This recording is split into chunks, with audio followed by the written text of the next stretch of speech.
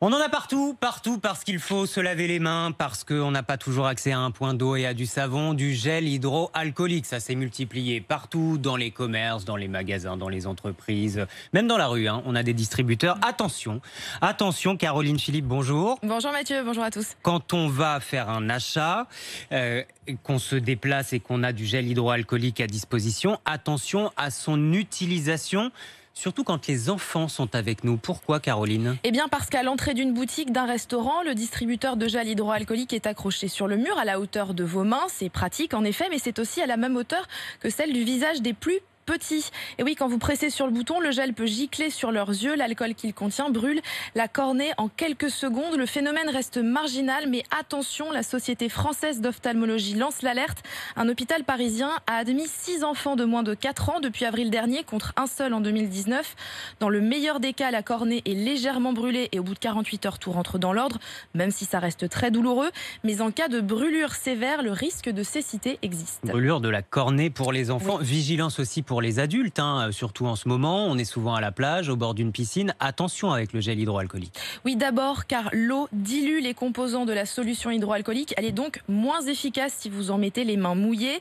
Ensuite, évitez de vous baigner si vous venez d'appliquer du gel hydroalcoolique, car le peroxyde d'hydrogène qu'il contient est irritant en cas de contact avec l'eau. Vous risquez d'avoir les mains qui chauffent, qui brûlent. C'est assez douloureux, comme avec de l'eau oxygénée. Je ne sais pas si vous Oui, déjà je arrivé. vois très bien, oui. Voilà.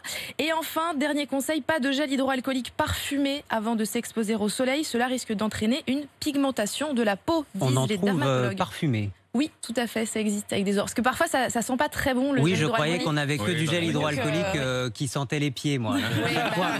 À chaque fois que j'en mets, j'ai l'impression d'avoir les mains qui sentent les pieds. Bon. Agréable. Vinaigre blanc, de l'alcool frelaté. Ouais. Il faut être prudent, Caroline, quand on l'utilise, mais aussi quand on l'achète. Attention, la répression des fraudes alerte.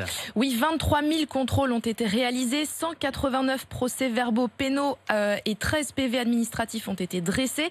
La fraude la plus courante, Mathieu, la teneur en alcool est insuffisante pour assurer une action antivirale et donc, antibactérienne. ça sert à rien. Ça sert à rien donc.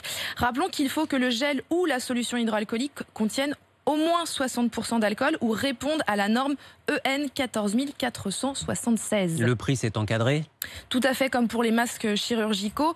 Et c'est encadré au moins jusqu'au 10 janvier prochain. 1,76 € pour un flacon de 50 ml, 2,64 € pour 100 ml et 4,40 € pour 300 ml. Est-ce que je peux refuser de mettre du gel hydroalcoolique quand je vais au restaurant, par exemple, ou dans une boutique ? En tout cas, l'application de gel hydroalcoolique n'est pas obligatoire, contrairement au masque. La Direction générale de la santé recommande vivement de l'utiliser, mais chaque commerçant est libre de l'imposer ou non à l'entrée de son magasin. Merci beaucoup.